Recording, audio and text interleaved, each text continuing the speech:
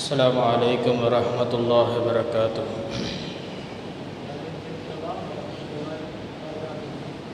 الحمد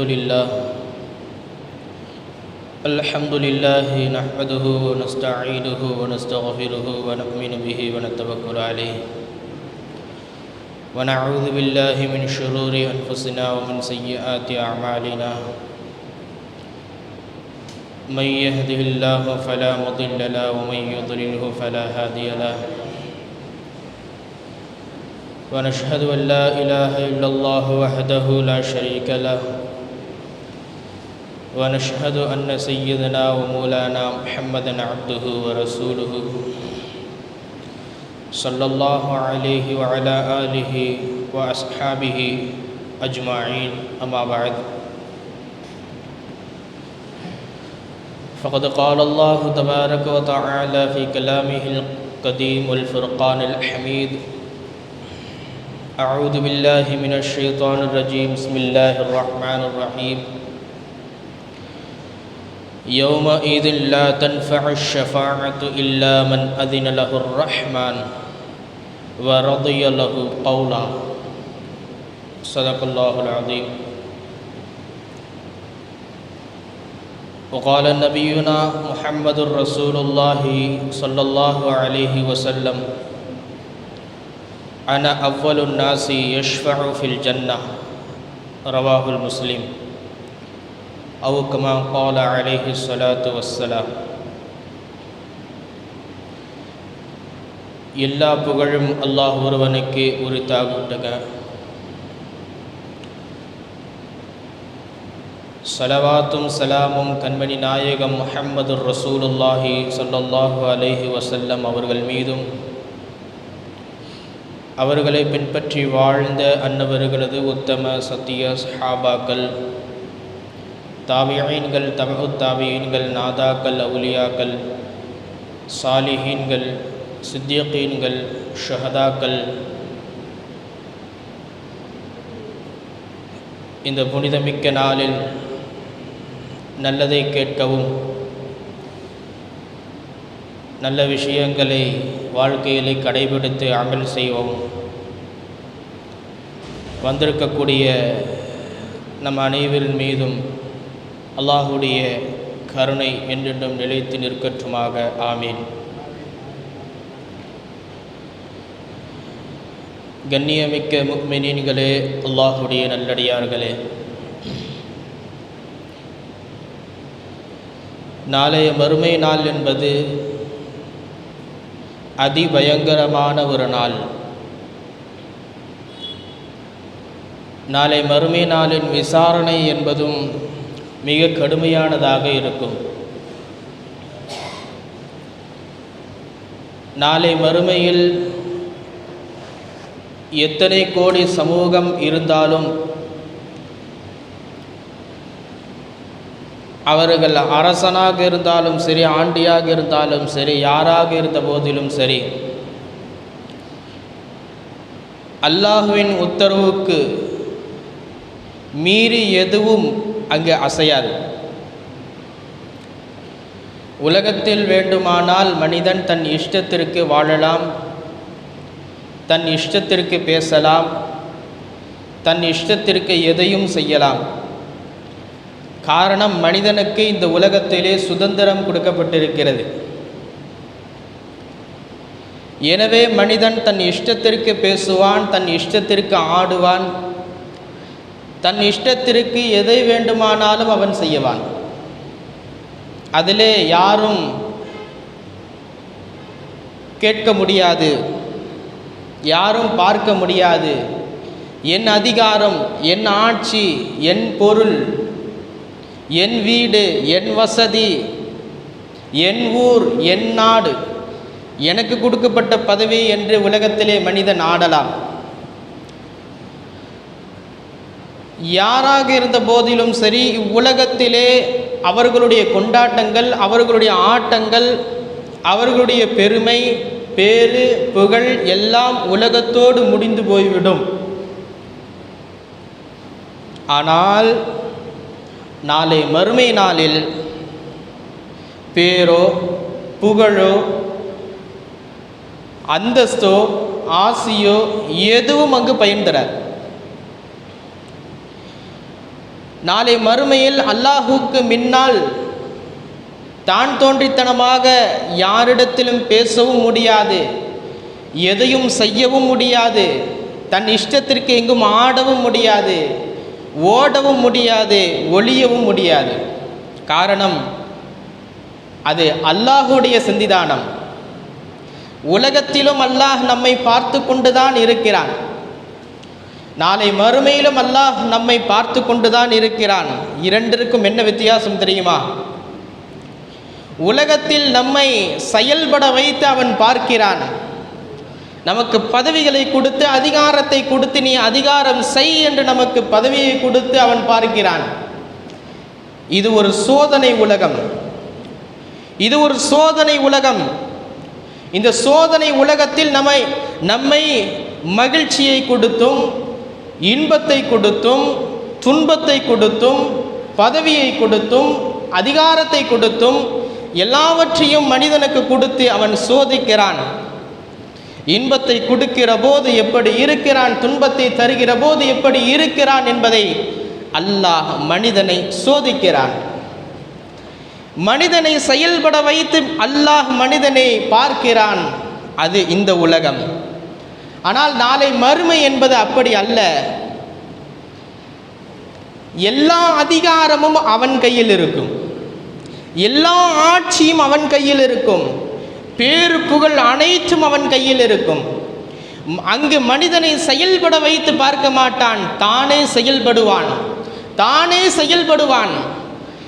உலகத்தில் தீர்ப்பு கொடுக்க வைத்து அல்லாஹ் மனிதனை பார்க்கிறான், சோதிக்கிறான். ஆனால் நாளை மறுமையில் அல்லாஹ்வே மனிதனுக்கு தீர்ப்பு கொடுப்பான். நீ தப்பு செய்தாயா, அதற்குண்டான தண்டனை. நீ நன்மை செய்தாயா, அதற்குண்டான கூலி. நன்மை செய்தவர்களுக்கு, நல்லோர்களுக்கு அவர்களுக்குண்டான கூலியை கொடுத்து நீங்கள் சோனம் செல்லுங்கள். தீயோர்களுக்கு, தீமை செய்தவர்களுக்கு, அல்லாஹ்வை மறுத்தவர்களுக்கு, இறை மறுப்பாளர்களுக்கு அவர்களுக்குண்டான கூலியாக தண்டனையை கொடுத்து நீங்கள் நரகம் செல்லுங்கள் என்று எல்லோருக்கும் அல்லாஹ் அவர்கள் செய்த நன்மைக்கு தக்கவாறு, அவர்கள் செய்த தீமைக்கு தக்கவாறு கூலியை கொடுப்பான்.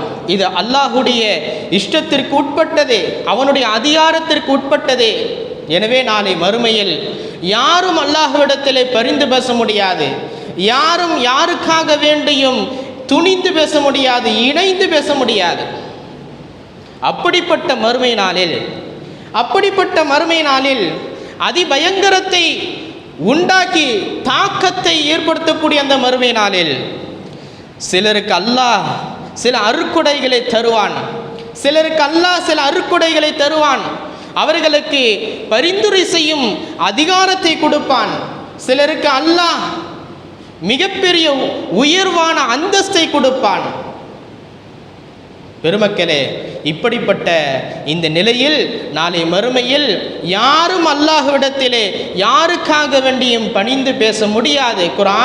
குர்ஆன் நெடுகிலும் பேசுகிறது.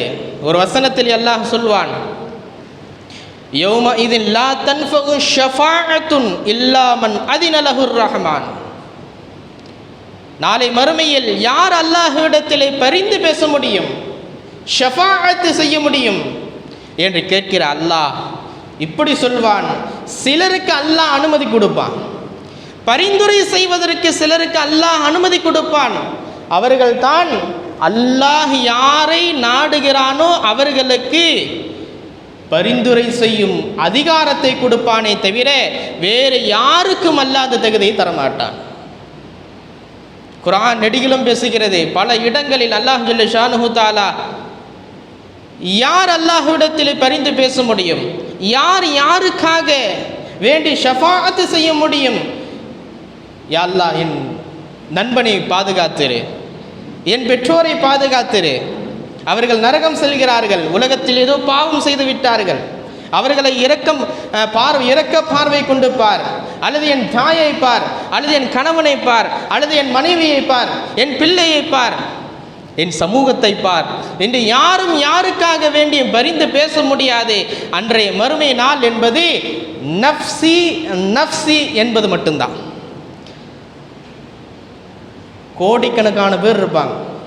இதுக்கு முன்னாடி வாழ்ந்தவர்கள், அதற்கு பிறகு வாழ்ந்தவர்கள், இப்பொழுது வாழ்ந்து கொண்டிருக்கிறவர்கள், இதற்கு பிறகும் வாழப்போபவர்கள் எல்லோரும் மஹ்ஷர் மைதானத்திலே வரிசையாக நிற்பாட்டப்படுவார்கள். எல்லோரும் வரிசையாக நிற்பாட்டப்படுவார்கள் அல்லாஹ்விற்கு முன்னால். அவர்கள் அனைவரும் சொல்லக்கூடிய வார்த்தை என்ன தெரியுமா? இன்று அல்லாஹ் கோபமாக இருக்கிறான், இன்று அல்லாஹ் கோபமாக இருக்கிறான். என்னுடைய நிலை என்ன ஆகும்? என்னுடைய நிலை என்னவாகும்? எனக்கு சுவர்க்கமா அல்லது நரகமா? எனக்கு சுவர்க்கமா எனக்கு நரகமா? அல்லது ஈடேற்றமா அல்லது சஞ்சலமா? எது கிடைக்கும்?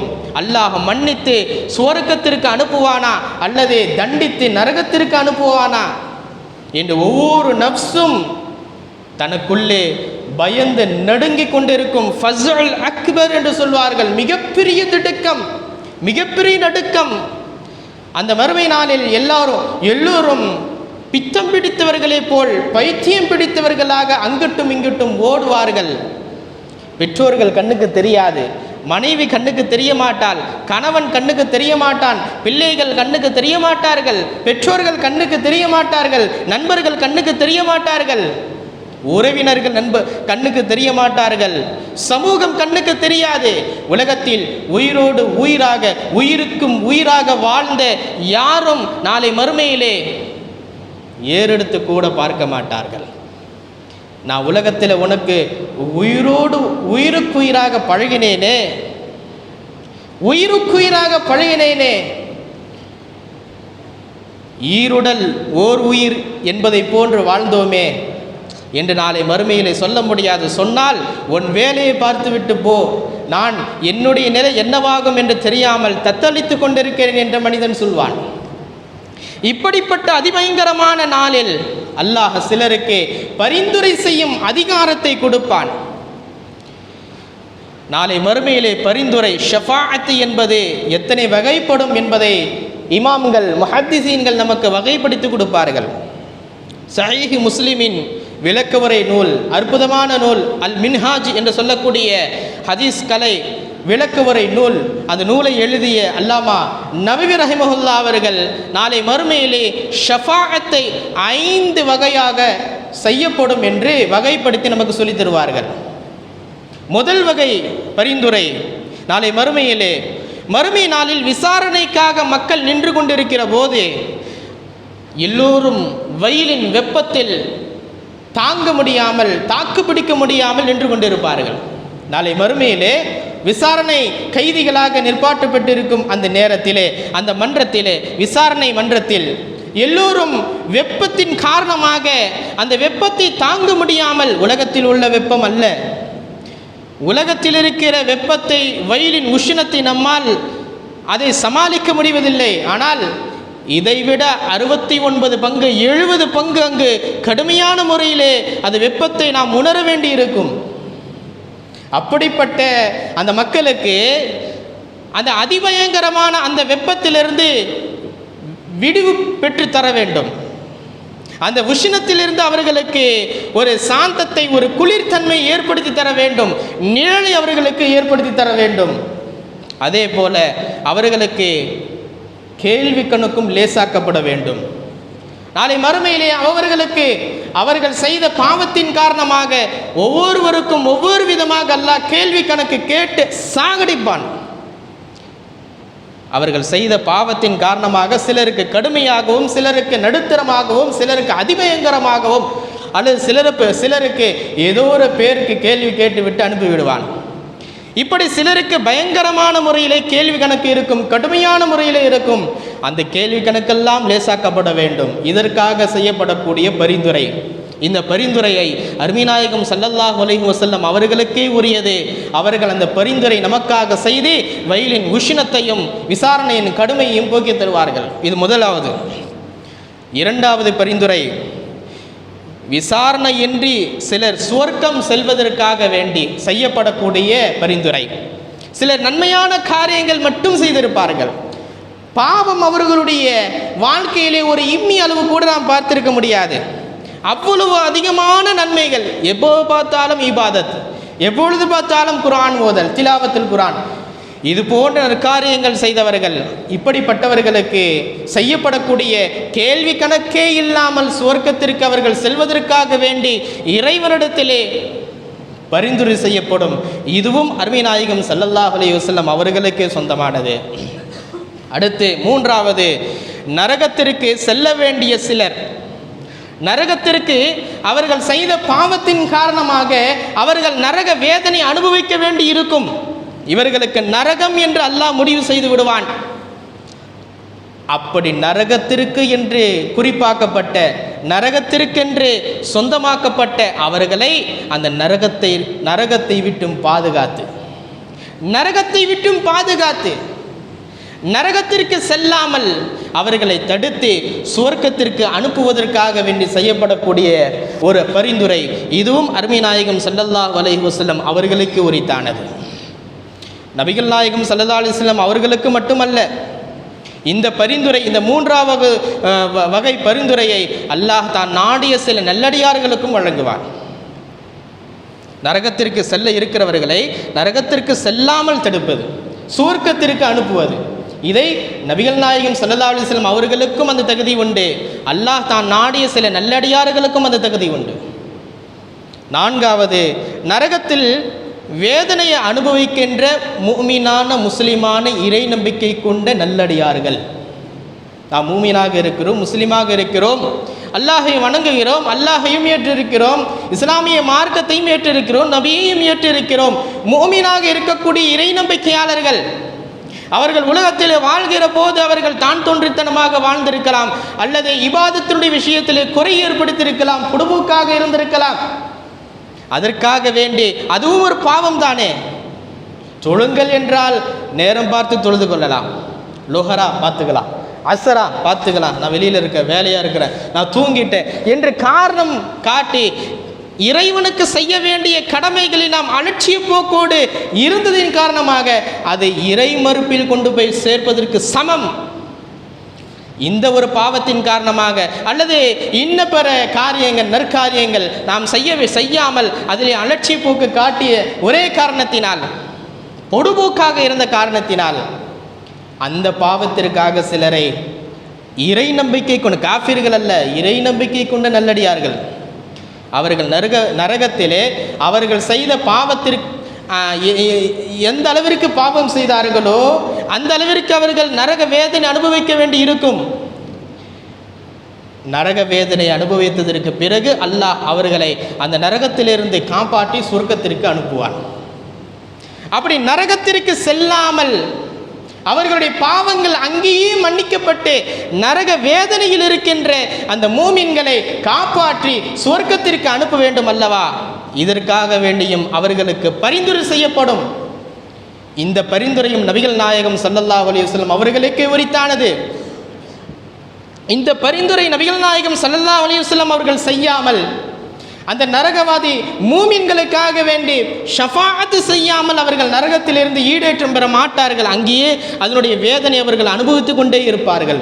எப்போது நபிகள் பெருமானார் ஸல்லல்லாஹு அலைஹி வஸல்லம் அவர்கள் வந்து அவர்களுக்காக வேண்டி இறைவனிடத்திலே மன்றாடி நரக வேதனையை பாதுகாக்கும்படி கேட்கிறார்களோ அல்லாஹ் அவர்களுக்கு ஈடேற்றத்தை கொடுப்பான். அந்த நரகத்திலிருந்து அவர்களை பாதுகாத்து மாவுல் ஹயாத் என்ற நீரிலே அவர்களை மூழ்க செய்து ஒளி பிளம்பை போன்று, ஒளி பிரகாசமாக ஜோதியை போன்று மின்ன செய்து அவர்களை சொர்க்கத்திற்கு அழைத்து செல்வார்கள். இந்த தகுதியும் பெருமானார் ஸல்லல்லாஹு அலைஹி வஸல்லம் அவர்களுக்கு வழங்கப்படும்.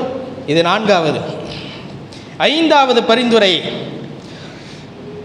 நன்மையான காரியங்கள் செய்து அல்லாஹ்விற்கு ஒரு இம்மி அளவு கூட மாறு செய்யாமல் வெறும் திலாவத்திலும் திக்ரிலும் இபாதத்திலும் மூழ்கி திளைத்த நல்லடியார்கள், அவர்கள் சொர்க்கத்திற்கென்றே வாழ்ந்தவர்கள், சொர்க்கத்திற்கென்றே படைக்கப்பட்டவர்கள் நல்லடியார்கள் இருப்பார்கள் அல்லவா? அவர்கள் எந்த கேள்வி கணக்கில்லாமல் அல்லாஹ் அவர்களை சொர்க்கத்திற்கு அனுப்பிவிடுவான். அவர்களை எந்த கேள்வி கணக்கில்லாமல் சொர்க்கத்திற்கு அனுப்பிவிடுவான். சொர்க்கத்திற்கு அனுப்பிவிட்டதற்கு பிறகு சொர்க்கத்திலே பல படித்தரங்கள் இருக்கும். குறைந்த படித்திரம், நடுத்தரமான படித்திரம், அதற்கு அடுத்த படித்திரம், அதற்கு அடுத்த படித்திரம், உயர்ந்த படித்திரம், அதைவிட மேலான படித்திரம். சுவர்க்கத்தில் நீங்கள் படித்திரத்தை பார்த்தீர்கள் என்று சொன்னால் ஒவ்வொருவருக்கும் அவர்களுடைய அந்தஸ்துக்கு தக்கவாறு அவர்களுடைய அந்தஸ்தை அல்லாஹ் மென்மேலும் உயர்த்தி கொண்டே இருப்பான். ஆனால் மிக குறைந்த அந்தஸ்தே அந்த மனிதனுக்கு கிடைப்பது மிகப்பெரிய பாக்கியம். அப்படிப்பட்ட அந்த அந்தஸ்தை அந்த சொர்க்கவாசிகளுக்கு கிடைக்க வேண்டும். ஒரு நடுத்தரமான அந்தஸ்தில் இருக்கிறார், அவரை உயர்ந்த அந்தஸ்தில் கொண்டு போய் செலுத்துவது, அல்லது குறைந்த அந்தஸ்தில் இருக்கிறார், அவரை நடுத்தரமான அவருடைய வாழ்க்கையிலே அவர் எப்படி அல்லாஹ்விடத்திலே நடந்து கொண்டாரோ, எப்படி உலகத்திலே அவர் சொர்க்கத்திற்குண்டான அமல் செய்து வாழ்ந்தாரோ அதற்கு தக்கவாறு சொர்க்கத்தை அவர் பெற்றுக்கொண்டார். ஆனால் சொர்க்கத்திலே அவருடைய அந்தஸ்து உயர வேண்டும் அல்லவா, அதற்காக வேண்டி செய்யப்படக்கூடிய பரிந்துரை இது நபிகள் நாயகம் ஸல்லல்லாஹு அலைஹி வஸல்லம் அவர்களுக்கும் கிடைக்கும். இந்த 5 முறையில் நாளை மறுமையிலே பரிந்துரை மனிதர்களுக்கு செய்யப்படும் என்ற செய்தியை அல்லாமா நபி ரஹிமஹுல்லாஹ் அவர்கள் மின்ஹாஜ் என்ற ஹதீஸ்களை விரிவுரையிலே நமக்கு சொல்லித் தருவார்கள். நாளை மறுமையிலே நமக்காக வேண்டி பரிந்துரை செய்யக்கூடிய அல்லாஹ் யாருக்கு அனுமதி தருகிறானோ அவர்களுடைய பட்டியலை நீங்கள் பார்த்தீர்கள் என்று சொன்னால் குர்ஆனிலும் ஹதீஸிலும் ஏராளமாக பார்க்கலாம், ஏராளம் பார்க்கலாம். அதை வகைப்படுத்தி சொல்ல வேண்டும் என்று சொன்னால் நீண்ட நேரம் பேச வேண்டியிருக்கும். நேரத்திற்குள் நான் சில விஷயங்களை மட்டும் சொல்கிறேன். நாளை மறுமையிலே அல்லாஹ் யாருக்கு அதினலகுர் ரஹ்மான், குர்ஆன் சொல்கிறது, யாரும் பரிந்துரை செய்ய முடியாது. அல்லாஹ் யாருக்கு நாடுகிறானோ, யாருக்கு அனுமதி தருகிறானோ அவர்கள் மாத்திரம் அல்லாஹ்விடத்திலே பரிந்து பேச முடியும். அந்த பரிந்து பேசும் தகுதி பெற்றவர்களில் முதல் அந்தஸ்தில் உள்ளவர்கள் கண்மணி நாயகம் முஹம்மது ரசூலுல்லாஹி ஸல்லல்லாஹு அலைஹி வஸல்லம் அவர்கள். கண்மணி நாயகம் முஹம்மது ரசூலுல்லாஹி ஸல்லல்லாஹு அலைஹி வஸல்லம் அவர்கள் சொல்லக்கூடிய செய்தி ஹதீஸிலே ஏராளமாக பார்க்கலாம். சஹீஹ் முஸ்லிமிலே ஒரு ஹதீஸ் வருகிறது. நபி பெருமானார் ஸல்லல்லாஹு அலைஹி வஸல்லம் சொன்னார்கள், லி குல்லி நபியின் தஅவத்துன் முஸ்தஜாபத்துன். ஒவ்வொரு நபிக்கும் அல்லாஹ் ஒப்புக்கொள்ளப்படக்கூடிய ஏற்றுக்கொள்ளப்பட்ட ஒரு துஆவை கொடுத்திருந்தான். அவர்கள் அந்த துஆவை செய்தால் அல்லாஹ் உடனுக்குடன் ஏற்றுக்கொள்வான். அது ஒவ்வொரு நபிமார்களுக்கும் அது ஹாஸாக கொடுக்கப்பட்டது, குறிப்பாக கொடுக்கப்பட்டது. ஆனால் ஃபதஅஜ்ஜல குல்லு நபியின் தஅவத்துஹு, ஆனால் எல்லா நபிமார்களும் அவர்களுக்கு கொடுக்கப்பட்ட அந்த துஆவை அவர்கள் தீவிரப்படுத்தி விட்டார்கள். உலகத்திலே அவர்கள் தன் சமூகத்திற்காக, தனக்காக வேண்டி, ஊருக்காக அவர்கள் பத்வாவின் அடிப்படையிலே கேட்டு முடித்து விட்டார்கள். நூஹ் அலைஹிஸ்ஸலாமிற்கும் அந்த துஆ கொடுக்கப்பட்டது. சமூகத்தினரை வெள்ளப்பிரளயத்தின் மூலம் அழிக்க வேண்டும் என்ற அந்த துஆவை பயன்படுத்தி விட்டார்கள். இது போன்ற ஒவ்வொரு நபிமார்களும் தங்கள் சமூகத்தினருக்காக வேண்டி அந்த துஆவை பயன்படுத்தினார்கள். ஆனால் பெருமானார் சொன்னார்கள், வஇன்னி இக்தபஅது தஅவதி ஷஃபாஅத்தல் லி உம்மத்தி யௌமல் கியாமா, அதே போன்ற எனக்கும் ஒரு ஷஃபாஅத் செய்யும், அந்த ஏற்றுக்கொள்ளப்படக்கூடிய ஒப்புக்கொள்ளப்படக்கூடிய துஆவை எனக்கும் அல்லாஹ் தந்திருக்கிறான். அந்த துஆவை நாளை மறுமையில் என் உம்மத்தினர்களுக்காக வேண்டி நான் அதை பத்திரப்படுத்தி வைத்திருக்கிறேன் என்று சொன்னார்கள். உலகத்திலே நான் எனக்காக வேண்டியோ, என் குடும்பத்தினருக்காக வேண்டியோ, என் தோழருக்காக வேண்டியோ, உலகத்திற்காக வேண்டியோ, எதற்காக வேண்டி அந்த துஆவை நான் ஒருபோதும் பயன்படுத்த மாட்டேன்.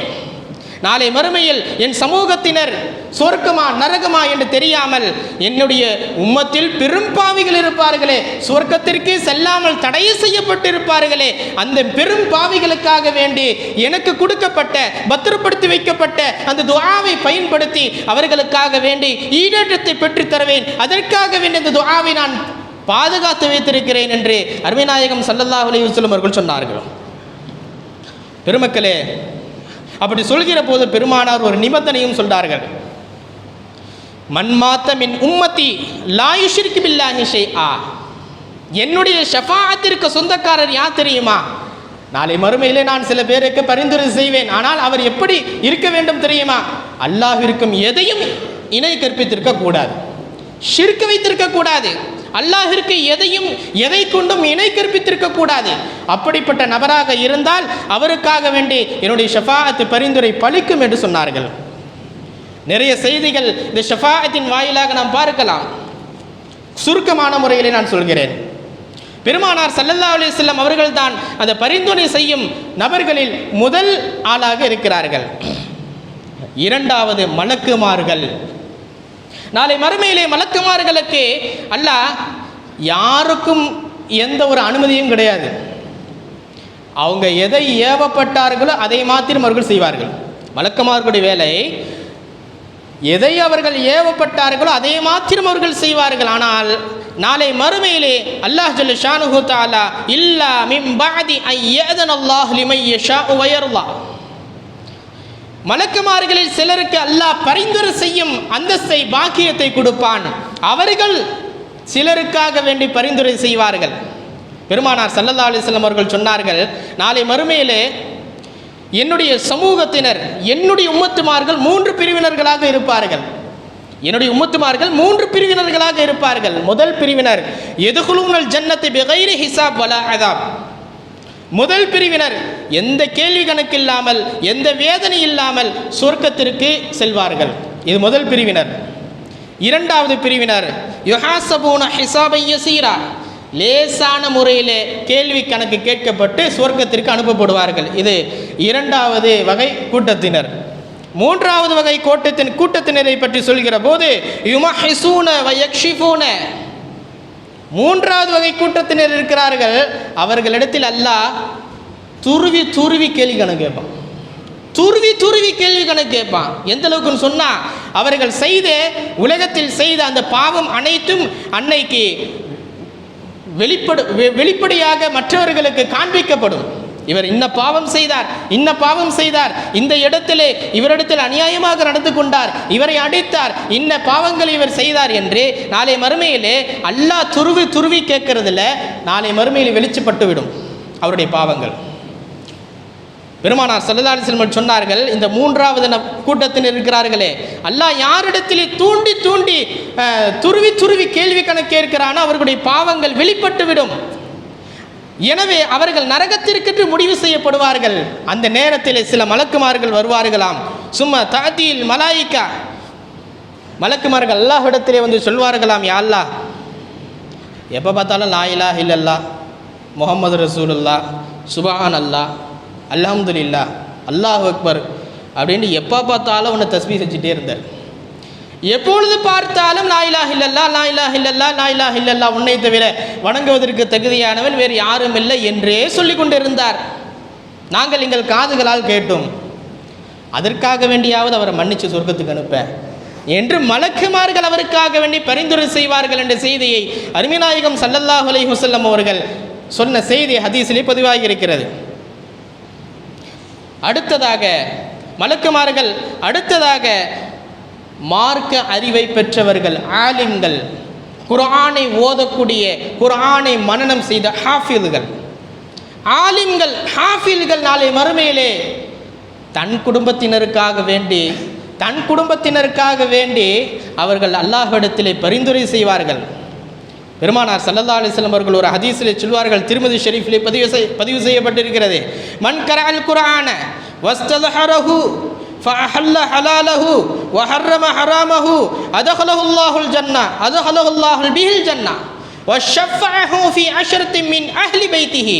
பெருமானார் ஸல்லல்லாஹு அலைஹி வஸல்லம் அவர்கள் சொன்னார்கள், யார் குர்ஆனை ஓதி அதை வெளிப்படுத்தி குர்ஆனில் ஹலால் என்பதை ஹலால் என்று ஏற்றுக்கொண்டு ஹராமை ஹராம் என்று ஒத்துக்கொண்டு யார் அதை ஓதுகிறார்களோ அவர்களை அல்லாஹ் சொர்க்கத்தில் நுழைவைப்பான்.